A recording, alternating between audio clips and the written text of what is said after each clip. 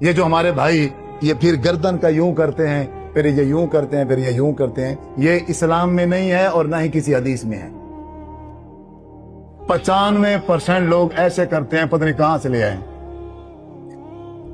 آپ صلی اللہ علیہ وسلم نے فرمایا ہے جو بندہ اس طرح وضو کرے جس طرح میں وضو کر رہا ہوں۔ حضرت عثمان غنی رضی اللہ تعالیٰ عنہ فرماتے ہیں وضو کر کے دکھایا کہ آپ صلی اللہ علیہ وسلم نے ایسے پانی منگوایا تھا برتن میں، پھر کیا ہوا، بائیں ہاتھ کے ذریعے سے بسم اللہ پڑھ کے آپ نے دائیں ہاتھ دھویا، پھر دائیں ہاتھ سے بائیں ہاتھ دھویا، پھر آپ نے دائیں ہاتھ سے کلی کی، ناک میں پانی ڈالا، پھر چہرہ مبارک دھویا۔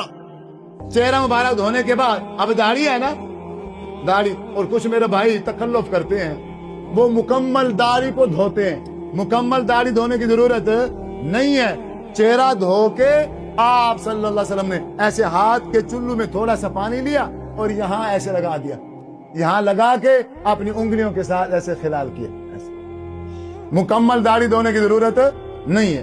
پھر آپ نے دایاں بازو دھویا، آپ نے پھر بایاں بازو دھویا، پھر آپ صلی اللہ علیہ وسلم نے سر کا مسح کیا۔ اب سر کا مسح دیکھنا، ایک آپ کرتے ہو جو شریعت کے خلاف ہے، اور ایک یہ طریقہ ہے جو محمد الرسول اللہ صلی اللہ علیہ وسلم نے کیا۔ حضرت عثمان غنی رضی اللہ تعالیٰ عنہ فرماتے ہیں آپ نے مسح کیسے شروع کیا، جہاں سے سر کے بال شروع ہوتے ہیں، یہ سر کے بال شروع ہو رہے ہیں نا یہاں سے، آپ نے کیا کیا، اپنے دونوں ہاتھ یہاں رکھے اور ان دونوں ہاتھوں کو یہاں سے لے گئے گردن تک۔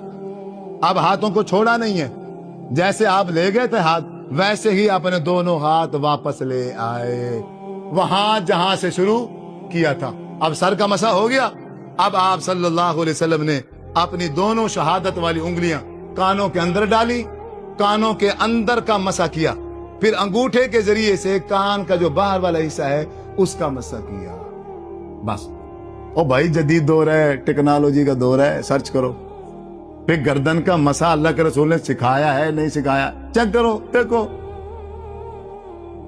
کھڑے ہیں مولوی کے پیچھے لگ کے کھڑے ہیں، مولوی پہ بش سمجھ، مولوی پہ کوئی بھروسہ نہیں، ختم ہو گیا اعتماد۔ انہی مولویوں پہ اعتماد کر کر کے آج دین کا نقشہ بدل گیا۔ پھر آپ صلی اللہ علیہ وسلم نے پاؤں مبارک دھویا، دایاں پاؤں دھویا، پھر آپ نے بایاں پاؤں دھویا، پھر آپ صلی اللہ علیہ وسلم نے ارشاد فرمایا جو بندہ میرے اس وضو کی طرح وضو کرے گا، جو بندہ میرے اس وضو کی طرح وضو کرے گا اور وضو کرنے کے بعد پھر دعا پڑھے گا اشہد ان لا الہ الا اللہ وحدہ لا شریک لہ واشہد ان محمدا عبدہ ورسولہ، اللہ اکبر، اس کے پچھلے سارے گناہ کیا ہو جائیں گے، معاف۔ اور دوسری بات، کل قیامت کے دن جنت کے 8 دروازوں کو کھول دیا جائے گا، ان 8 دروازوں سے آواز آئے گی اس کا جس دروازے سے جی چاہے جنت میں داخل ہو جا۔